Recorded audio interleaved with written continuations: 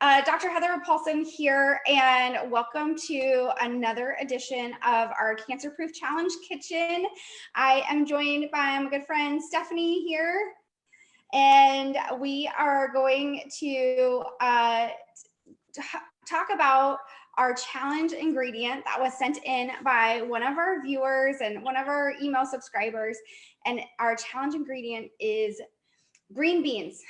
So the whole point of this is trying to help you guys get through some of the ingredients that you have in your cupboards or in your freezer, and that you're just like, what else can I do with this annoying ingredient? How else can I use this ingredient in a cancer-proof way? So Stephanie, why don't you introduce yourself to everybody here? Hello, I'm Stephanie, and I work with Dr. Paulson at her center, and I'm the nutrition health coach over there. So thank you. Yeah, what's some of your background for everybody? So my background, I went to school for nursing, and I decided to leave there to continue my education and go back for nutrition. So that's my background, and I've been working with Heather this year. And I also have, I also am the owner and founder of Wealthy Lifestyle. So, awesome. And, yeah.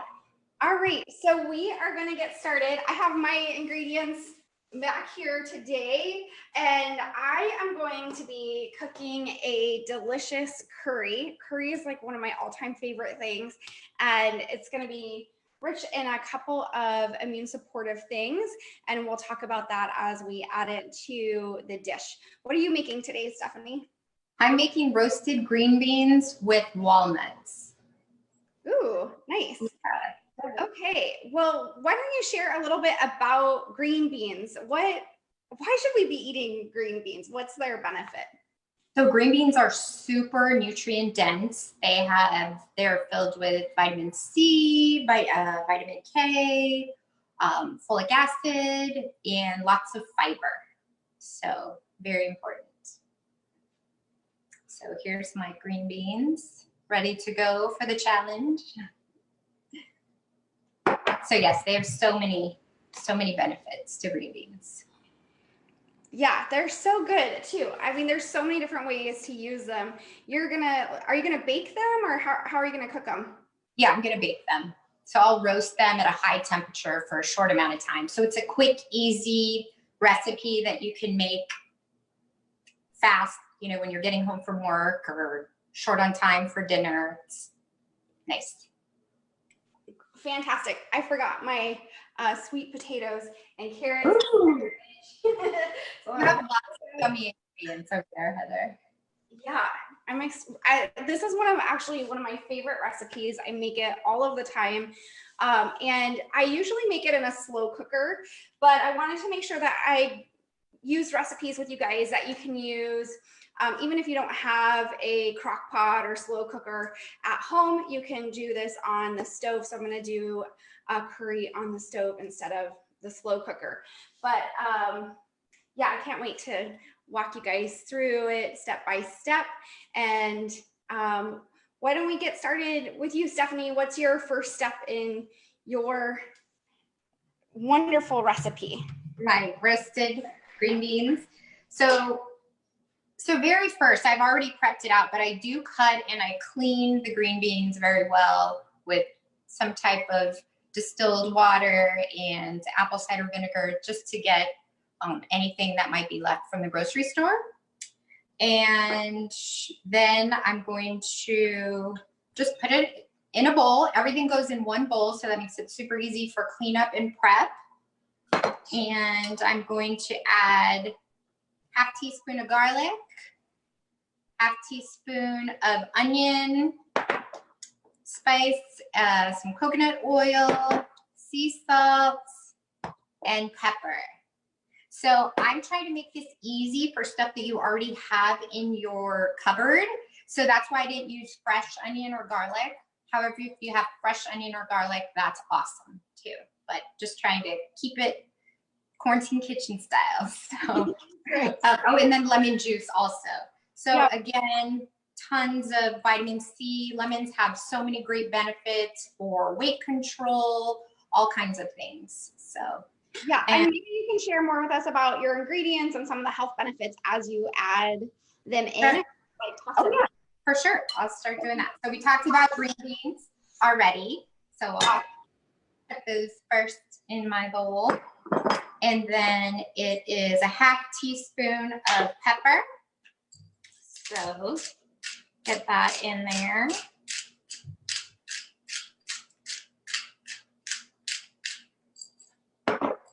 And then I'm using a half teaspoon of sea salt. You can use Himalayan salt, or if you're trying to watch your salt content, you can omit that as well. And onions, antibacterial and antiviral. So they have tons of good properties in onion as well. And the same with garlic, very cleansing and also antiviral and antibacterial. And then I'm gonna do about 2 teaspoons of lemon juice. So nothing fancy, I'll just squeeze it right into my little measuring cup here and hope I don't get any seeds in there. I'll have to dig those out. I also did a very thorough hand washing before we started,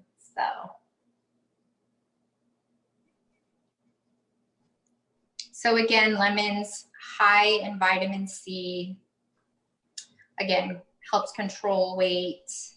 I believe, Heather, I believe they also have anti-cancer properties in lemon as well, right? Yeah, we were talking about that last time when we did our challenge, which was pumpkin and also rosemary, and I made a rosemary lemonade, and that video is up on YouTube, so you can take a look at that. But I am starting with my first step. I'm going to just hop in here for a second, Stephanie. Because I think mine will take a little bit more time than yours. Yeah. So I added coconut oil to the bottom of my stock pot here, and it's heating up, and I am heating that up so that I can add some garlic to it and help. Actually, first, before I add the garlic, I'm going to add some onions to it.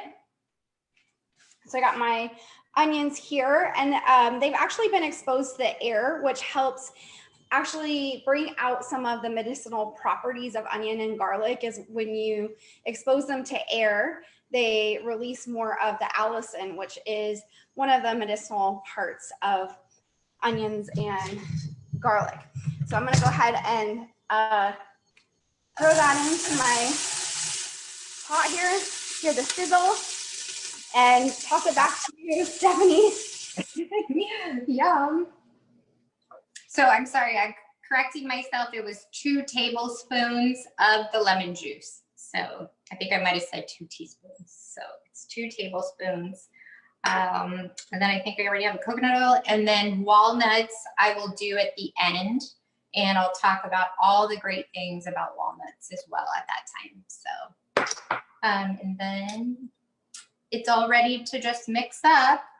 And again, I did do a great hand washing.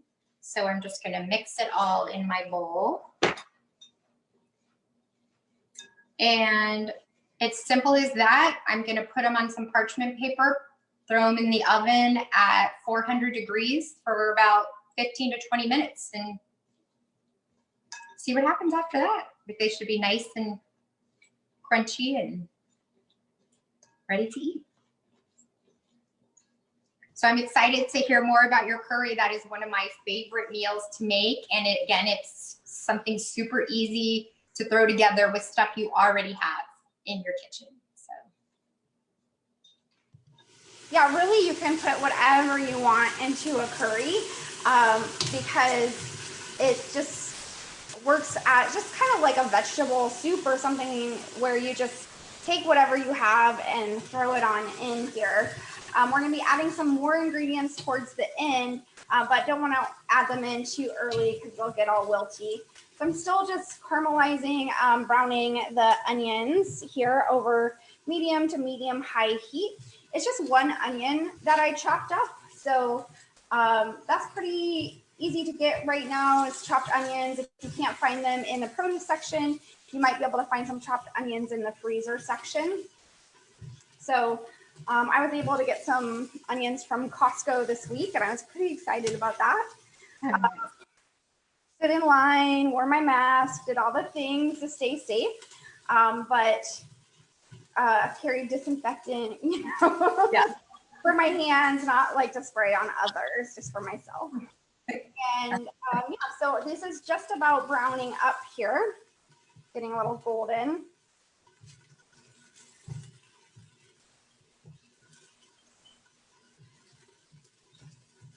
What are you gonna do with the walnuts? Are you gonna toast those, or are you gonna?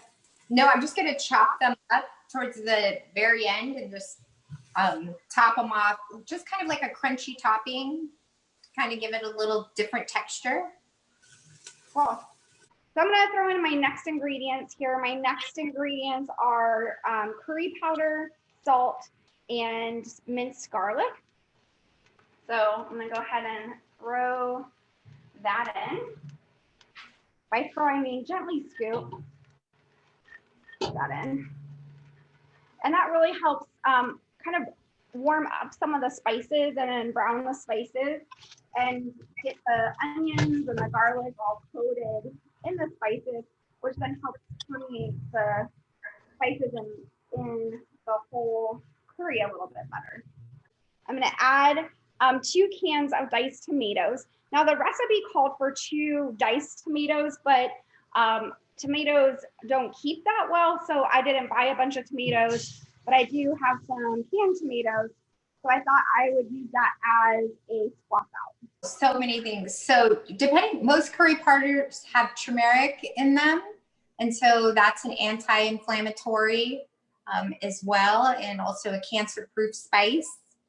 And cumin as well has a lot of, and cinnamon both have blood sugar controlling properties in them as well. So many good things. Very cleansing also for your body. So turmeric, cumin, and cinnamon are really good also for not only cancer-proof diet, but also weight control. So, and I believe cumin also has some hormone regulating properties as well. Yeah, so lots of good stuff. You guys definitely have heard of turmeric for reducing tumor growth and helping improve apoptosis with cancer. And you might also know it as curcumin when it's in supplement form. So turmeric is the plant, and then curcumin is the extract from that plant, and it's high in curcuminoids. Those curcuminoids are what have been used to in mice studies, human clinical trials, and in cell culture trials to regulate tumor growth. So this is a great way to get it in your diet. And now I'm adding 1 can of tomato paste into this mix here.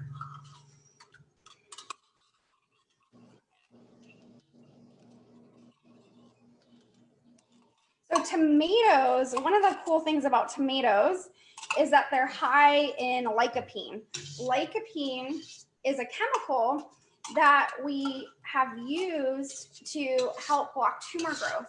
So it's been studied in humans that have been diagnosed with colon cancer as well as with prostate cancer, that lycopene is something that can help potentially lower PSA and reduce tumor growth and GI inflammation in patients with prostate cancer.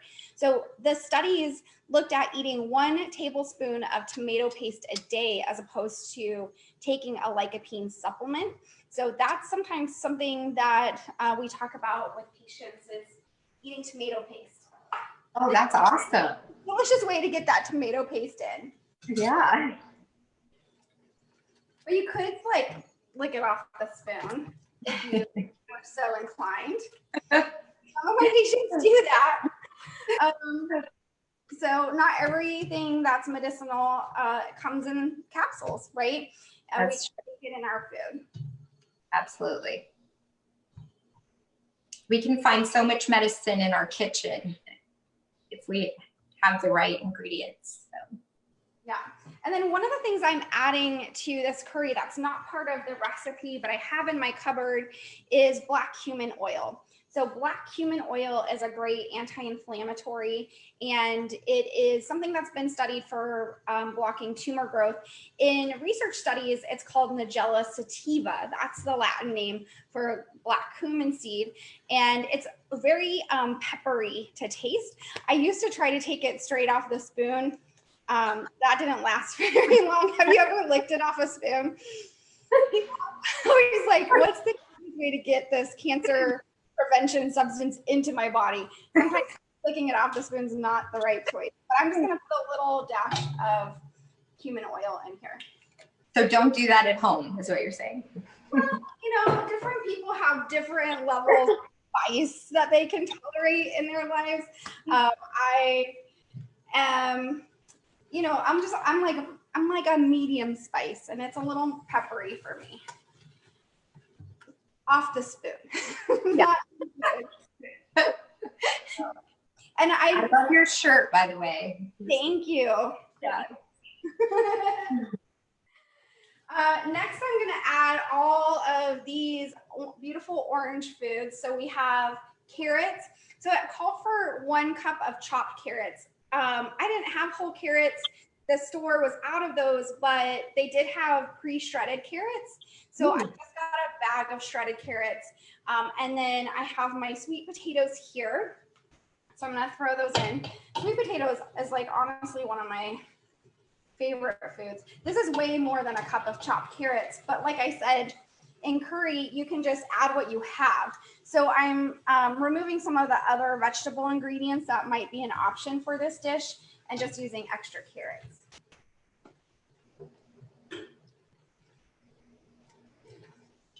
So we talked about the orange foods last week in the quarantine kitchen. Stephanie, want to share a little bit about the orange foods I just tossed in here?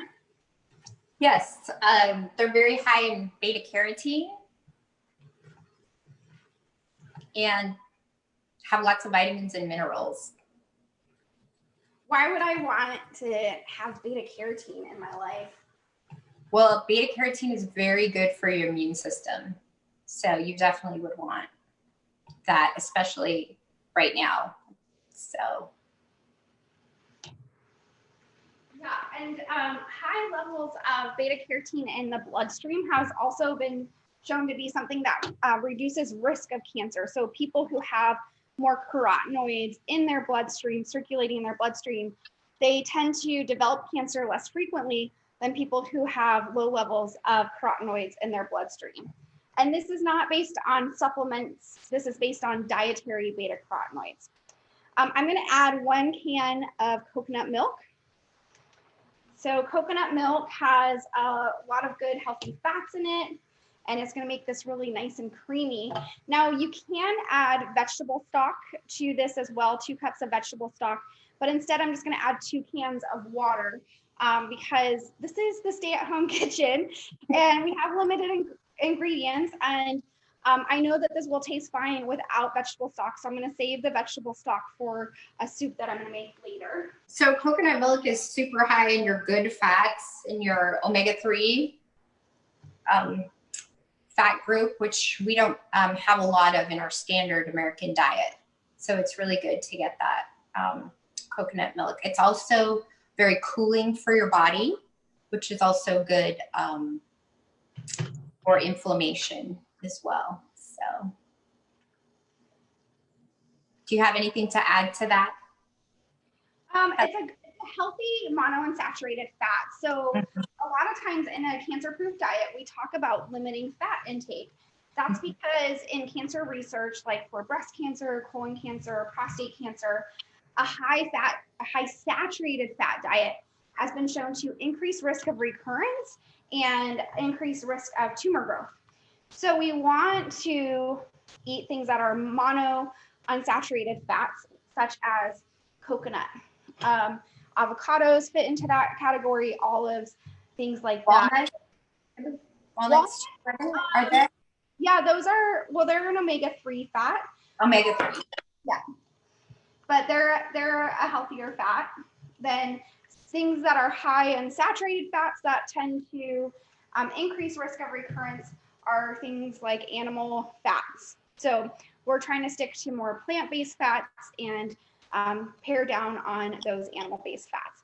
So the next ingredient is the featured ingredient of this quarantine kitchen. I got excited. Whoa, green beans. So I'm gonna go ahead and I have like tomato. That's not blood. That's tomato. Oh, that's good. So I'm gonna add my green beans into the pot here, and I'm going to add chickpeas as well. So we got our chickpeas here. Chickpeas are a great source of plant-based protein and high in lots of vitamins, and then also very high in fiber. So it's really important that we consume these high fiber foods for helping support our gut microbiome and for helping with moving toxins out of our body. And a diet of 30 to 40 grams of fiber per day is what's been shown to reduce risk of cancer. I am going to add some broccoli. I don't know if you know this, but broccoli is my all-time favorite food. And the first time I went grocery shopping, when we, like right before we got our stay-at-home orders here in Arizona, I went to the grocery store and there was no broccoli, no fresh or frozen broccoli. And that is what freaked me out more than any other food that was missing. I was like, what am I going to do without broccoli? That's scary. No broccoli. Yeah. Broccoli. I can't survive without you. So I'm going to, I got some frozen broccoli here, and I'm just going to add, it's all for 2 cups of broccoli. So I'm just going to actually add 3 handfuls, which is about 2 cups.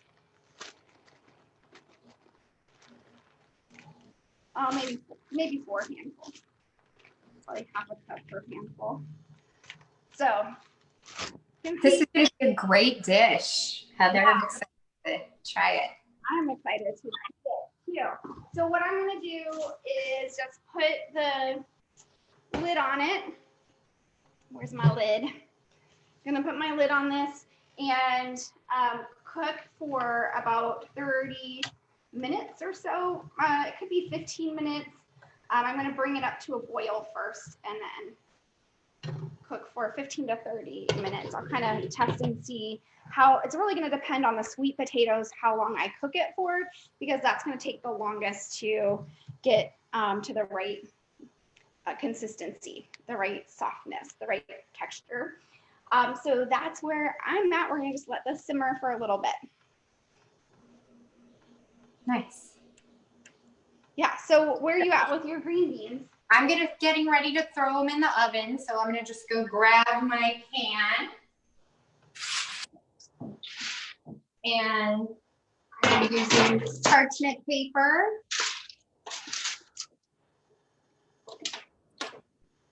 And I prefer to cook on stainless steel, but I have my stainless steel pans coming in, so I'm just gonna use this with parchment paper right now.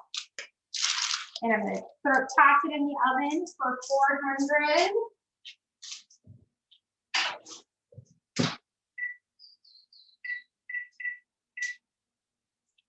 And it should take probably about 15, 20 minutes because I'm cooking it at a high heat. And we'll be ready to go. So what are you chopping right now? I hear you chopping. I'm chopping the walnuts, getting them ready for the green beans when they come out of the oven.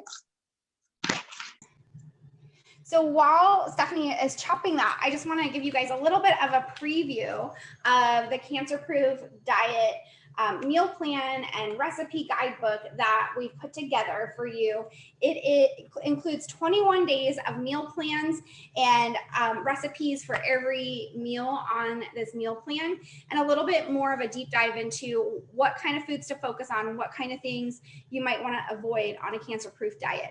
So one of my goals with this, and the reason why I created this, is to have something simple for you that's one page, and then to expand on that one page roadmap into a whole meal plan. Because when people look at the roadmap, they're like, that's cool, totally understand what to avoid and what to eat, but can you just like give me the guide? Can you just tell me exactly what to eat so that I don't have to think twice about this?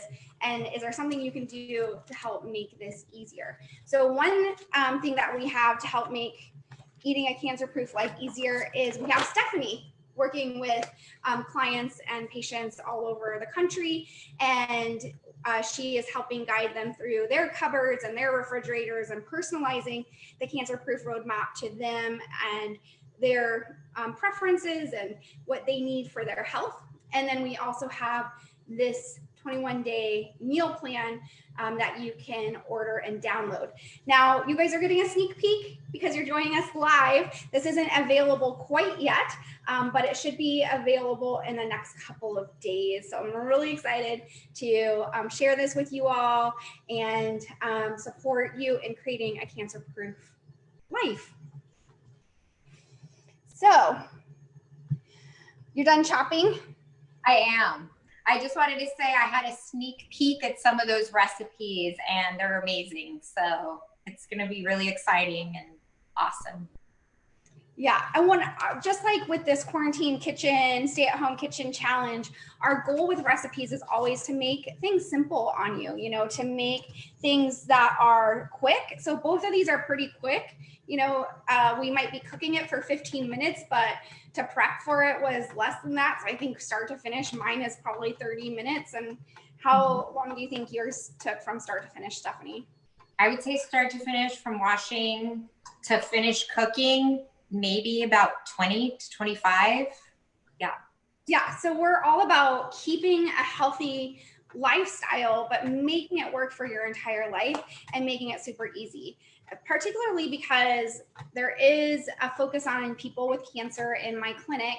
And we know that you might be going through treatment, you might be tired, you might not be able to spend a lot of time in your kitchen, but we want to make sure that you're eating healthy foods that are just going to give you more energy, get you to be active in your life and feeling great, because we know food is one of the main pillars to keeping you healthy, feeling awesome, and living healthy with cancer. How's yours going over there? It's good. It's looking good. It's smelling good. Yeah, I'm excited. It's very orange and red, which is like so good, because sometimes when we tell people, hey, eat a rainbow in your diet, it's kind of hard to get something that's like super orange and red. It's a little easier to go with the greens and you know, purples maybe because of berries, but to really have like a meal that's rich in these orange and red foods can be hard sometimes. And like I said, this is originally a slow cooker recipe, right? So this is something that we throw into the slow cooker, the crock pot, and cook for 6 hours and really let those spices seep into every morsel of food. But I wanted to make sure we weren't using any special equipment today, that anybody could cook this right now without digging out their slow cooker or without having to use anything special. But here in Arizona, I use the slow cooker actually a lot in the summertime because it helps keep the house cooler and I don't want to warm it up. And then when I used to live in Indiana, I used the slow cooker a lot in the winter time because I liked having something piping hot right when I got home and from the like wind chill and ice outside. That's a great idea, the slow cooker in the summertime here in Phoenix, especially. Yeah, one of my colleagues used to call her slow cooker her stay-at-home wife because it was cooking dinner and getting it ready. I love that. Hospital. Yeah. Oh, so Right. true. Like so true, so true.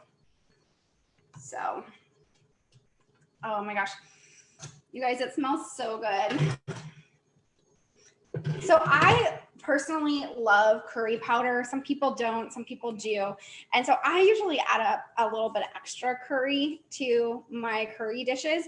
So this recipe called for 2 tablespoons. At the end of the day, I'm probably going to end up putting 4 tablespoons. Love it. Yeah. Because I love curry. I eat curry powder on my eggs. I eat curry powder in my lattes. I eat curry powder on pretty much, like, if you come over to my house and I cook something, there's a high probability that you may not have it with curry powder, but I'll probably sprinkle some on. Love it. It's so good. So good for you too. My sweet potatoes are done. So the final step in this, and I'm only going to put like as much as I'm going to use for my dish tonight for dinner, but the final step is adding, you can add spinach, or I got this bag of power greens at Costco, so I'm just going to add about a handful in there to wilt the greens, and that will be just a nice extra touch of some healthy leafy greens. And since I'm using the power greens that have chard and kale in it, then I'm getting some cruciferous vegetables and some sulforaphane, some sulfur components that help with the liver and helps the liver detoxify and helps block the tumor growth. So my green beans are done. I actually probably could have even pulled them a little sooner, but they're good to go. And again, if you're trying to make this super easy on the fly and try to avoid lots of dishes, you can use the same mixing bowl you used earlier, which is what I'm doing, just to mix them up again and get all the spices that may have been left in the bowl. And I'm gonna top them with the walnuts. And voila. How about you, Heather? So I added the leafy greens. You can maybe my steam here. No, I'm not muted. So I added my leafy greens, and yeah, it's ready to go. So I'm gonna go ahead and turn this off, and we're just letting the greens wilt a little bit. So I'm gonna dish mine up. Yeah, me too. I just squirted a little extra lemon on there because you told us how great lemons are for us. So. Oh, I forgot to talk about that. Do you want to share what you learned last week? Oh, on lemons? Yeah. Yeah, high in vitamin C. There's been, as well as studies showing that the lemon oil is also anti-cancer. So yeah, all kinds of cleansing. Lemons are very cleansing, so all kinds of good stuff. Yeah, it's the D-limonene in lemons and limes. That's the oil that blocks tumor growth. So I have my curry here, all good and ready to go. Yes, I can eat it just like this, or if I wanted to, I could make some rice and put it on top of rice, or make quinoa or noodles or anything, and use that as a starchy base. But I actually think it's fine just like this. And there's my green beans, and I'm gonna eat them just like that. I'm gonna grab a fork.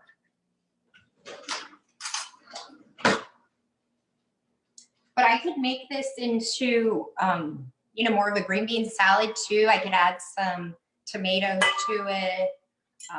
Maybe even if I wanted to add some fat, I could throw in some avocado and have like a nice plant-based green bean complete meal. So. You know what? I didn't even think about that, but I love like a chilled green bean salad with tomatoes and olives and a little olive oil. Like, so even if you eat it warm now for dinner and you stick it in the fridge, you can make a chilled green bean salad later. Yeah. So take a bite. Tell us what you think.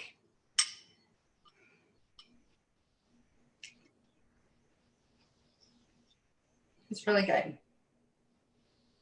I could have even cut like 5 minutes off of the time that I cooked them. So super quick. Really good. How about you? Are they crunchy or are they like, since you cooked them on high heat, what?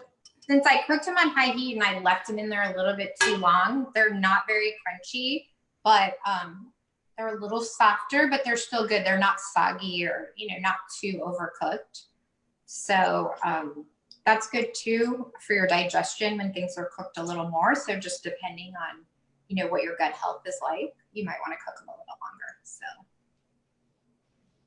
cool. So so I'm gonna take a bite of my curry. It's actually kind of hot right now. So I got all the good stuff. I got some sweet potato in there, some broccoli, some carrot, garbanzo bean, green bean, lycopene. It's actually like onion. It's like the perfect bite.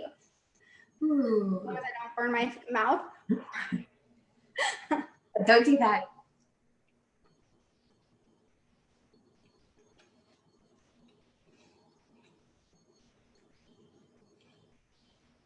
I mean, I took too big of a bite. By your facial feedback, it looks like it was really good. It's so good, you guys. Like I said, I'm gonna add some more curry powder to it. But not everyone that I cook for loves tons of curry powder. So I'm gonna add a little bit extra, but it's really good. It almost is kind of like a tomato soup because I use 2 cans of tomatoes. So a little less of a, like, it's not like your yellow creamy curries. It's more like a tomato soup kind of base, and just really good. And I have tons of leftovers, right? So this is gonna make a great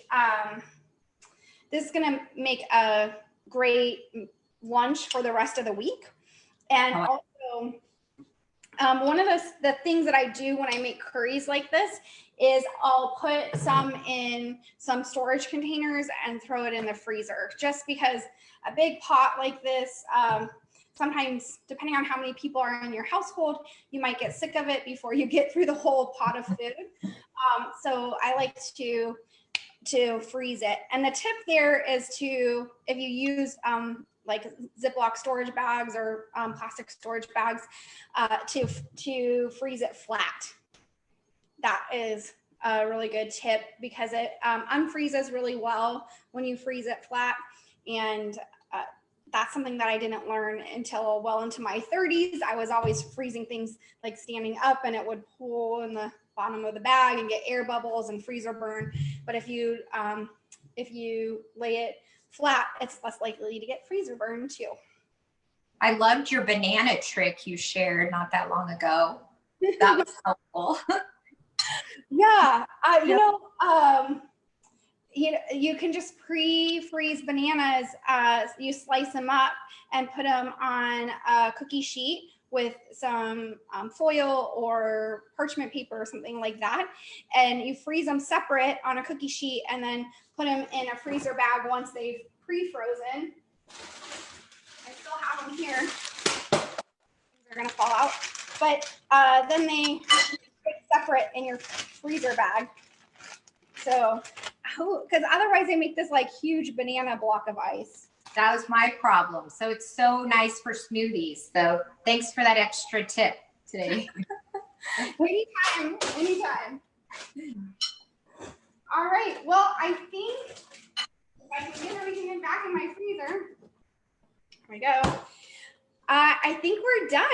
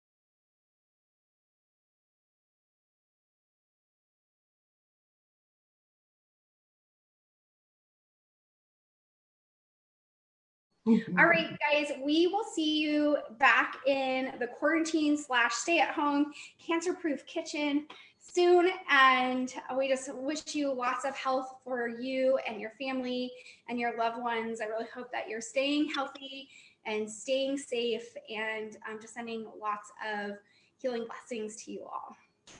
Yes, thank you. Bye, guys. Bye.